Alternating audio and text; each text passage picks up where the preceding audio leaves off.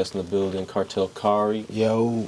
How you feeling today? I'm good. How you, my boy? You good? You came in dripped out. Appreciate it, man. Yeah, man. Little shit. Yeah, it's a long time coming. You one of the Waterwave live stream favorites, for sure. Yeah, for sure, man. The first, what was it, what was that performance thing y'all had?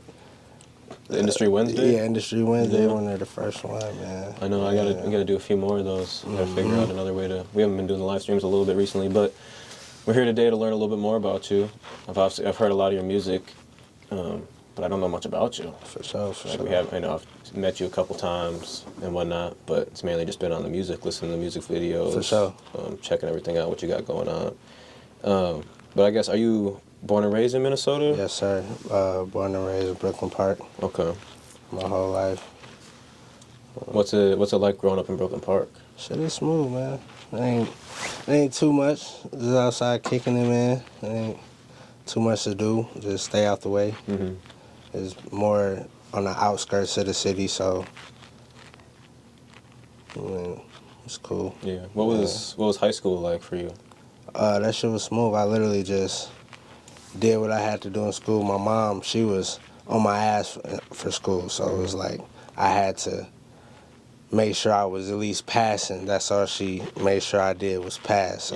So she stayed on my ass with that, and other than that, I was working this shit when I was in high school. So C's get degrees. Yep, facts, no cap. What was your first ever job? McDonald's. Okay. I was at McDonald's when I was 16. I was there until that was my junior year, my senior year. Then I had started working at Nike. My first ever job, besides like delivering papers when I was like really young, I worked at a Taco John's. So I did not like fast food. Delivering papers for the like Taco newspaper. John? No, like at first it was like newspaper, but that wasn't like a real deal job. I did like for like 1 or 2 weekends. Oh, okay. I worked at Taco John's. How old were you when you did that? When I did the newspaper? I don't know. I was really young, like probably too young. Honestly, I don't know. Like 10 or 9 or 10 maybe. Okay. I just on a bike, going through right. Had like 20 houses to hit, like some small street, you get paid like $25 a month. Yeah, okay. I worked at a barbershop when I was in 7th grade, but I wasn't thinking about that shit. I just sweep up hair every Saturday and shit. They give me a free haircut real and shit. Deal, like real deal job. McDonald's. Yeah. I did not like that. I was getting paid like $7.25. Yeah, that's what minimum wage was back then. That's crazy. Mm-hmm. Man, does that? Do you ever think back to those days when you made music of like, or not wanting to like, since you've been through like the fast food thing, you kind of know like, oh shit, like maybe you don't fuck with that lifestyle. I don't want to go back to working at like a food joint. Nah, that's literally all I like right now. I work at not a fast food. I work at a restaurant at a bar. So that's literally. I love cooking. So. I love cooking. So maybe McDonald's was actually enjoyable. Nah, it was cool. My homies was working there, but it wasn't like it was a high school job. I would never go back to a fast food restaurant. Yeah, I love cooking too. Hell no, cooking. That's like I'd rather do that than go work in a warehouse somewhere. Yeah, I hate that. I like being busy. Yeah, like I like doing like hand labor or like hand building shit or like landscaping type shit. I've done that like before, like putting siding on houses. I can't do the outside, bro. Like, I like it outside. I just don't like it in the cold. That's I don't like that shit in the hot, the cold. I can't do the outside, bro. I swear to God. But yeah, man. What's it? So you be cooking at a bar, and how do you balance that with music? Shit, I got the stew at my crib, so I do that. I work 3-4 days a week, and then I'm at the crib in the stew, where I play the game. Yeah, be with my dogs type shit. Oh man. Yeah. What got you into like chefing up and cooking and shit? Just being around my mom. She always was big on cooking and perfecting her cooking and shit, so that was something that was easy for me. It was super easy. And then my stepdad, rest in peace him, that nigga, he did some motherfucking some shit. He introduced me to putting the bacon inside the pancakes and shit. Like Damn, way back, I got put on with that. That TikTok. shit, yeah, nah, he Yeah, was man. doing that. I swear to God, he was doing that shit. He'd put the whole strip of bacon in the fucking pancakes. Damn. Have a little long ass, then you dip it in the syrup and shit. Mm-hmm. So yeah, like little shit like that, bro. What got you, or when did you start making music then along I this started journey? making music. I want to say, cause my homies was rapping first. Mm-hmm. I never wanted to do no music. They was doing that shit back when we was like 17. So I want to say 2012. Mm-hmm. And then I had picked up on it just being with them. And I made my first song, I want to say, 2014. Mm-hmm. I had made I went to the studio with them and I made like 3 songs. Then my homie Cody, he was like, bro, the video man got two for 100 videos. You got 3 songs and I only got 50, so you go make you do a video, I do a video. I'm like, all right. I did my first video and motherfuckers was fucking with it, so yeah, 2 for 100. 2 for 100 on my soul. That. Yeah, that shit was crazy. And then it was a decent video for back then on my soul. I shot some $50 music videos back in the day, or at least tried to. Yep. That shit was cool. Mm-hmm. And yeah, motherfuckers was fucking with it, so that's when I just kept it going ever since then. When when you released it, you were out of high school at that point then? How did you know people were fucking with it? Like what was like the tell back then? Was it just like the views? Was it like Facebook comments? It wasn't even necessarily the views. It was like the comments, and when I see people, they be like, I was fucking with that shit, bro. That shit was smooth. And I heard that shit so much, bro. I swear to God, after that, I dropped within 2 months, I dropped 5 videos. Okay. After that. None of them did the hump, the videos, none of that shit. I don't even think them bitches, none of them got 1,000 views right now. Yeah. But I just was like, you gotta start somewhere though. Yeah, I just was like, I always been like, consistency is the biggest thing. Yeah. Regardless of how many views a shit get, you just gotta keep on dropping. Yeah, because you never know which one's gonna be that one. Literally. And that's one thing I was gonna bring up. I'd be clowning you for it in the lives all the time. Yeah. How many every time you've submitted like 20, 30 songs to our live stream, and every single time it's a different song with the music video. I'm like, how many music videos does this guy got? Like, this guy got so many. Like, there's a lot of artists that, they'll have like 50, 60 songs out, but they only got 3, 4 videos. But you got almost more videos than songs out. Videos gonna pop way more than an audio. Yeah. So it's like, fuck it, I'd rather just drop a video. Like, I don't give a fuck. I won't even have no motive behind it. I'm just dropping them bitches. It's got more like viralness than a video watching. does. I would much rather watch a video than to watch somebody audio on the screen. I ain't going to YouTube to look at a picture. So. Yeah, no, I agree. I think more artists need to do more videos, even if it's like a song that's been out for a while. Mm-hmm. Just get it, shoot that, because if the song ain't got the love or the streams you think it deserves, and you haven't shot a video for it yet, then you didn't deliver the full product yet. Literally, bro. I have songs that I've sat on for 2-3 years before I shot a video to them. Like, that shit happens. Yeah, and that's because sometimes it would be the right time. Like, you might come across the perfect cameraman or some shit around that time, and the song might be good, and you don't want to just do anything as video. So, yeah, sometimes that shit, waiting on it does help, but you gotta push that shit out, bro. Like, people say, like, bro, why you dropping so much? I gotta push that shit out, bro. I haven't really dropped many videos in the last couple months, but I dropped an album back in September. That shit doing decent. That shit at like 6,000 plays between Spotify and Apple Music. How do you feel?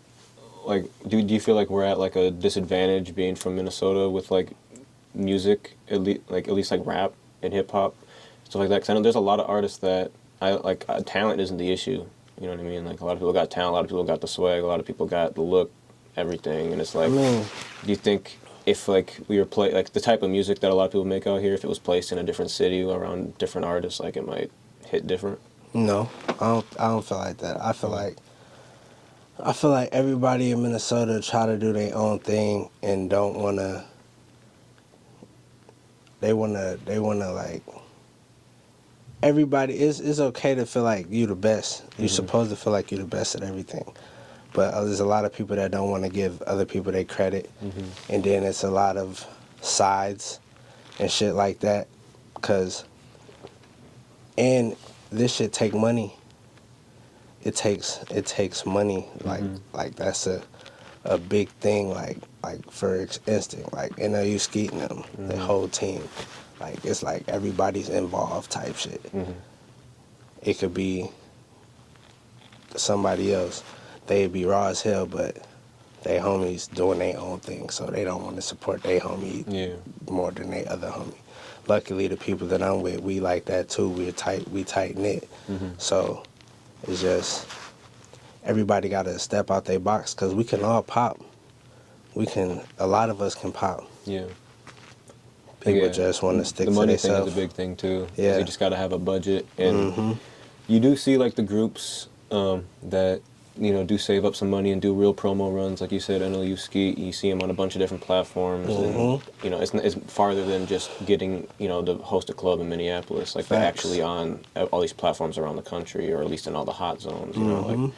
And that shit does cost money. Like I know a lot of the prices for a lot of that shit, and that shit's like, not cheap. You gotta pay to play in this game. This game ain't free. Yeah, that's how it's like starting a business. You gotta spend money on advertising. And everything anybody does in this world costs money.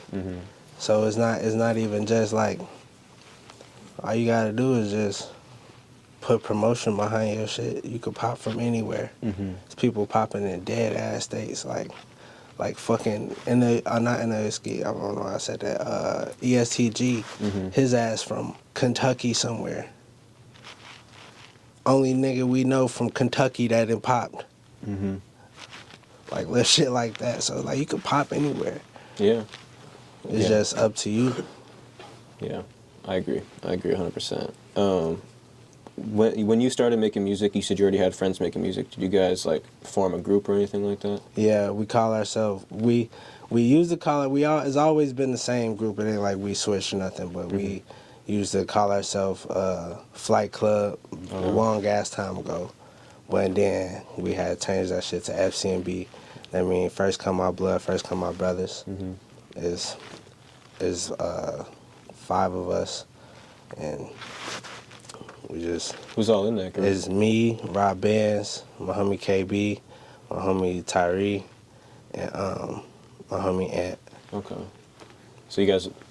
Is that like part of that group you were talking about? That like when we were already rapping before you started rapping? Yeah. Did they...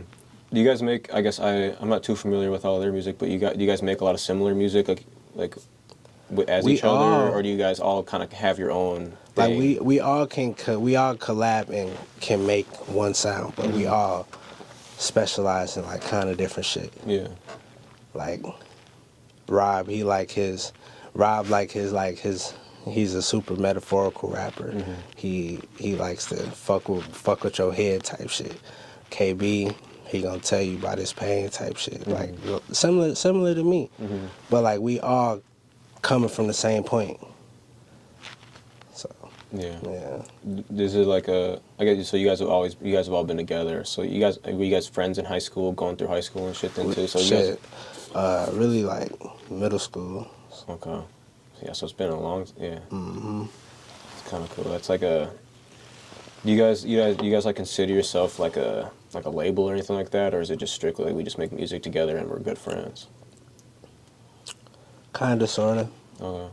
Like, do you plan on, I don't know, like signing any, like bringing up any like younger artists underneath you guys or anything like that? Yeah, I already started, but he locked up right now. My little cousin Tufo.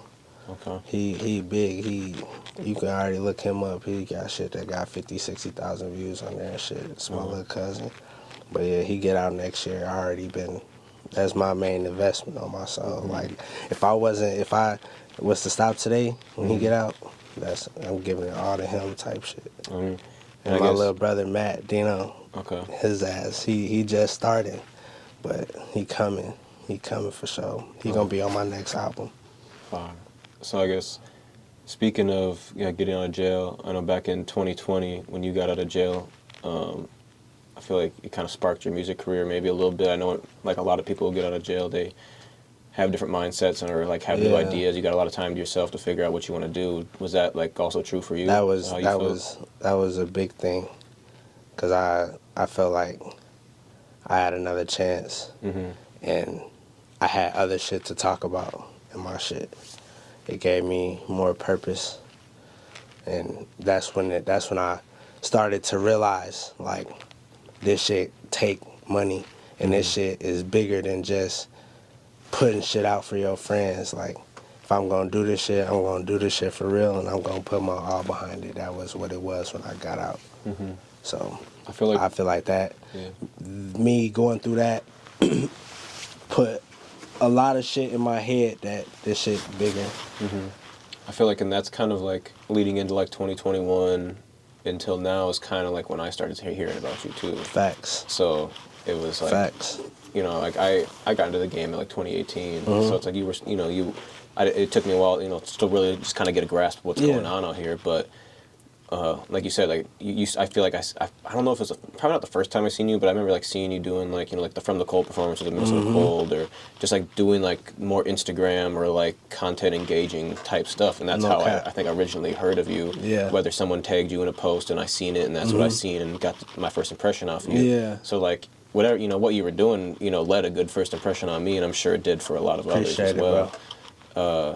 But I feel like you have pretty good success, like on social medias and whatnot. Like people like fuck with you online. Do you have like?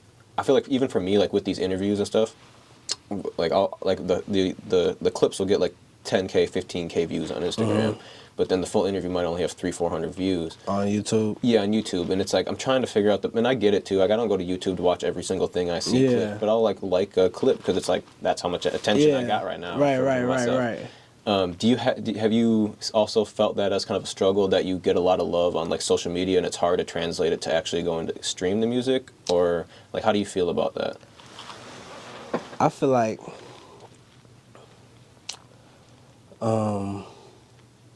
that does happen where people like watch your Instagram video and then it might not go over to your YouTube. I learned that with that, because I used to drop snippets to my music videos, and that used to fuck up my shit, because that's when I would really notice it, because I'll get hella views on the snippet. Yeah. Like, drop it. And then as soon as I drop it a week or two later, they didn't watch the snippet and rewatch the snippet, and they be like, oh, I don't need to motherfucking go watch it on YouTube. Felt like they already got the experience. Yeah, but that shit helps. Yeah. That helps us. Because we get, YouTube is where the whole thing at, and you get more revenue from that type shit. It helps us more than it would just watching the snippet. So yeah, I understand. I see what you talking about.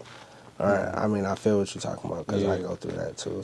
Yeah, and that's true, I think, on every level, even up to, like, big people like Drake and shit, too. Yeah. Like, obviously, like, those people are going to listen. But, like, all the way through the whole underground with every artist, I feel like that's, in every business, I feel like that's, like, trying to figure out a way to get it to work fully. And I've even, like fancied the idea of dropping full-length music videos for, like, some of our artists, or, like, vlogs on Instagram. Right. Just drop the whole music video on Instagram, because, like, you post a snippet, it gets 20,000 views, but if you posted, that full 2.5-minute music video and it gets 20,000 views, that's 20,000 views on your music video, right? So it's like, that would be smart. I feel like that could be like the future of music videos. Just is posting. Like posting it on Instagram. I heard YouTube finna stop the music video shit anyway. It's already like, I feel like hard to get people to leave a platform to go to another platform. So I feel like more people might just release it on multiple platforms. Yeah. Especially if like you're not monetizing on YouTube anyways, like if you're early on in your career and whatnot. Yeah. You might as well, because then people can watch the whole thing right there and then be like, hey, I seen your whole music video.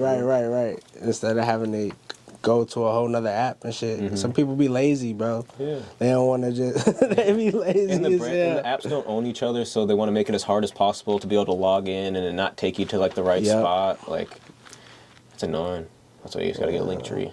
Not a paid ad. No cap, I got a Linktree. Yeah, because Linktree, like when you click on the link, it brings you to the app. It doesn't bring you to like the browser. But what is What you got? What's your most recent release? My album is called damn, what did I call it? The Biggest. Oh yeah, Yeah. that's one question I had written down is, what is your definition of the biggest? I feel like The a lot of biggest. people be like the biggest this, the biggest that. I feel like you know, whatever. I feel like I'm the biggest in every aspect. Like, I've been going hard. I've been standing on my shit.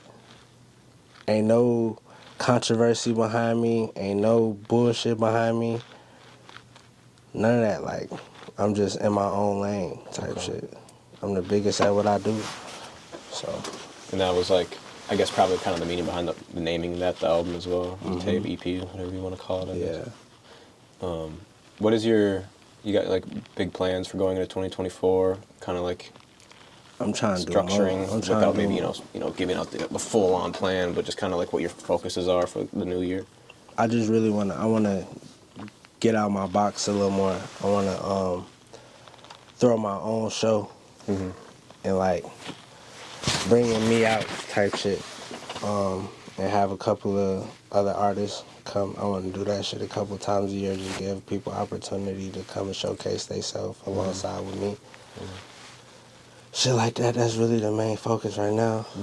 Doing more in person stuff. I feel it. Do you have like a monumental part of your career that you've like done so far that you're like proud of, or like one thing that maybe gave you like an extra step up? I feel like when I opened up for Boosie, that was big. Was that when he came out here like a couple years ago? No, that was this past year in March. Oh shit. Yep. I don't even know. I mean, I'm sure I knew it happened at the time, but I forgot that he came out here again. Yep. I remember when he came out here the first time, that shit was at the Skyway. Lit. Oh yeah, I'm tweaking. Yeah. Damn, you opened up for him? Yep. I think I was there. Yeah, I was the first one. Was I there? Or did I have a cameraman there? I don't even remember. It was so crazy because I almost missed my slot, bro. By like 2-3 minutes, bro. My dumb ass. Because I had like 50 or 60 people with me, bro. And when we got there, I had everybody link with me at my crib so we all could get there at the same time, so we all can get in at the same time and shit. And me doing that, I'm cutting close to the time period where I'm supposed to go on stage and shit. I get there and I'm trying to get everybody, because it was two lines. It was the line on one side where you got the VIP, and then they got the line for the general admission on the other side and shit. All my people, they had VIP tickets and shit, so I took them with me, and we skipped the whole line, and they was trying to, they let like 30 of us in, but then they stopped the other 30 at the door and shit. And they was like, when I got there, I'm trying to check. I'm really just trying to make sure that my mom was straight. And she like, they calling your name, go in there, perform. I'll make sure everybody get in, this, that, and the third. Then I get up there just in the nick of time type shit, and make it to my performance and shit. Damn, yeah, that would have sucked to miss out on that. Yeah. Do you have anything else you want to add to the interview? Any shout outs? Any last closing? I want to just say I appreciate y'all for having me in this bitch, man. It's hot as hell in this motherfucker. I appreciate y'all for having me, man. I want to shout out the gang, FCMB. Shout out 7 Gang. Free my nigga Keith, man. RIP JoJo. And that's it, man. FCMB double up musical gang shit. I mean, the Cartel Carri living proof that you can hop in our live stream, show us what you got, and you can get on our platform. I'm here, man. I'm here. Living proof. But make sure you follow him. His Instagram was on the screen, also in the description. Follow us at Waterwave TV. Come shop with us. Vintage clothes, sneakers, Jordans, all that stuff at 1521 Como Avenue Southeast, Minneapolis. And waterwavetv.com for all your Waterwave needs. Check us out. Oh, shit.